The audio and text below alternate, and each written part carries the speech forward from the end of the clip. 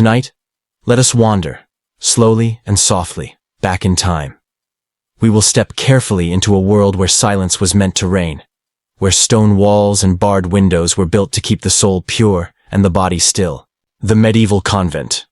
When most people imagine nuns of the Middle Ages, they imagine women kneeling in prayer, heads bowed, hands folded, cloaked in black or white habits, their lives devoted entirely to God. They picture stillness, piety, a kind of unchanging, eternal quiet. And in many ways, that picture is true. Convents were places of ritual and repetition. The tolling of bells ordered the hours, waking the women before dawn to sing prayers in the darkness. The day was carefully divided between work and worship, between chanting psalms and tending gardens, copying texts, or preparing meals. But that image, like so many neat pictures of the past, is also a little misleading. For behind the walls, behind the rules and vows and expectations, these were still human women. Women with thoughts, women with ambitions, women with desires. And history, if we listen closely enough, gives us glimpses of what happened when those human desires began to strain against the vows of chastity, obedience, and enclosure. In this story, we are not looking at the saints or the martyrs, though there were many.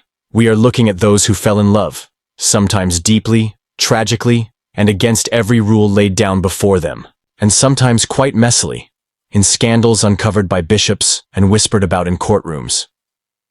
The title of tonight's exploration is simple.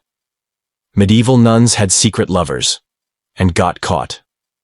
But beneath that simplicity lies a tangle of history, a mixture of devotion, repression, secrecy, and humanity that cannot be reduced to a single neat tale. So, over the next while, I will take you through the world of the convent. We will first settle into the rhythms of daily life in a cloister to understand the environment where these women lived. Then, we will follow the cracks that formed when love or lust found its way inside. We will look at the priests who broke into convents under cover of darkness, and the nuns who climbed out of windows to escape with lovers.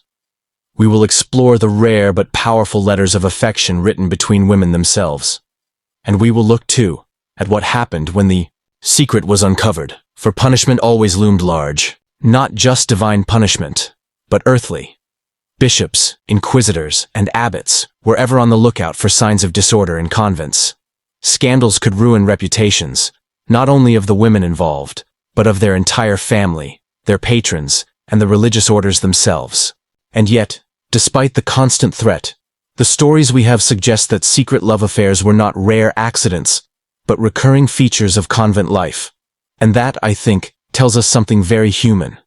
That even in the most controlled of spaces, even in the most carefully constructed systems of rules, the human heart does not always submit. Before we begin our deeper exploration, let me first set the stage. Imagine the convent. Not the romantic convent of 19th century paintings, not the peaceful abbey of tourist postcards, but the lived space of the medieval world. The convent might stand on a hill outside a town, or tucked into the walls of a bustling city. Its outer walls were high, meant to separate the cloistered women from the temptations of the world. Inside those walls, buildings were arranged around a square courtyard.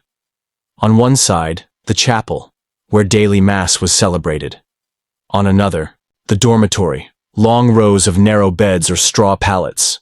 The refectory or dining hall sat nearby, and a small kitchen with its hearth. A workroom, where nuns spun wool, sewed, or copied texts.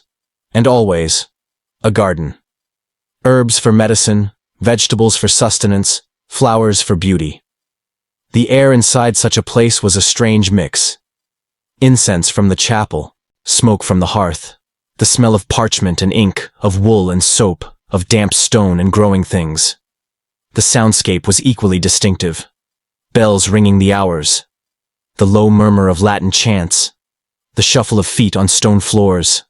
Silence was required often, but it was a structured silence, broken for prayer, for communal meals, for instruction.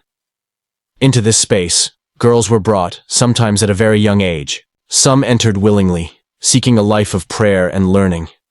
Many more, however, were sent by their families. a daughter might be placed in a convent because she was not needed in marriage alliances, or because the family could not afford dowries for multiple girls, or because a noble father believed that placing one daughter into the church brought spiritual prestige to the whole family. For some, this was a calling. For others, it was a sentence. And once inside, vows were made. Poverty, chastity, obedience. 3 promises meant to sever ties with worldly life. Poverty meant the nun owned nothing herself. All possessions belonged to the convent. Obedience meant submission to the abbess and the rules of the order.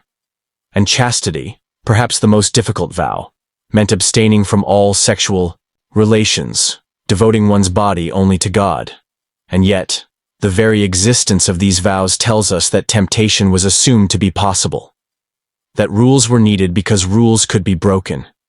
And so, over the centuries, in scattered archives, and in the yellowed pages of court records, in bishops' letters and inquisitors' notes, we find traces of stories. Stories of nuns who fell in love, of secret meetings in the dark of night, of pregnancies that could not be explained away, of women who whispered words of affection in cloisters where no man ever entered.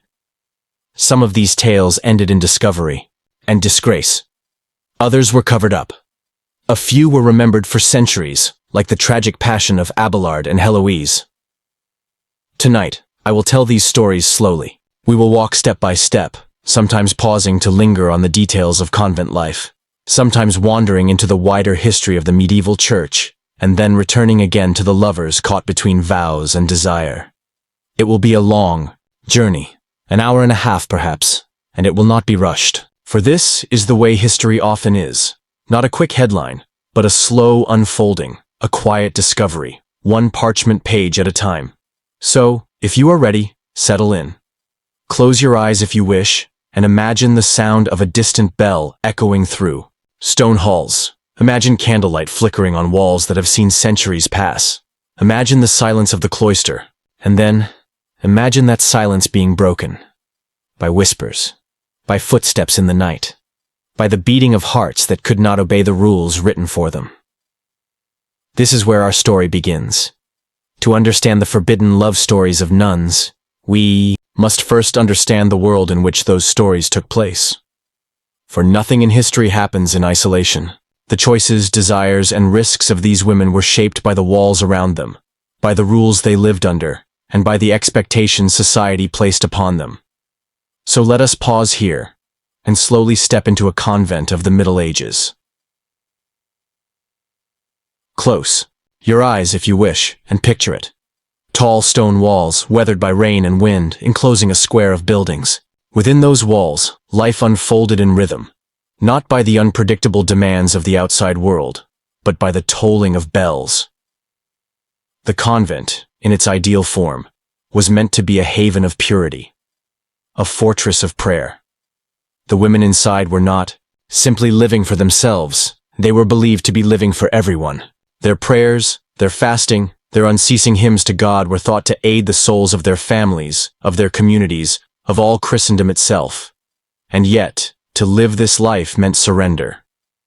When a woman entered a convent, she renounced her past identity. She shed her family name, sometimes even the clothes she wore, and took on the habit of the order. She was no longer daughter, sister, or bride. She was bride of Christ.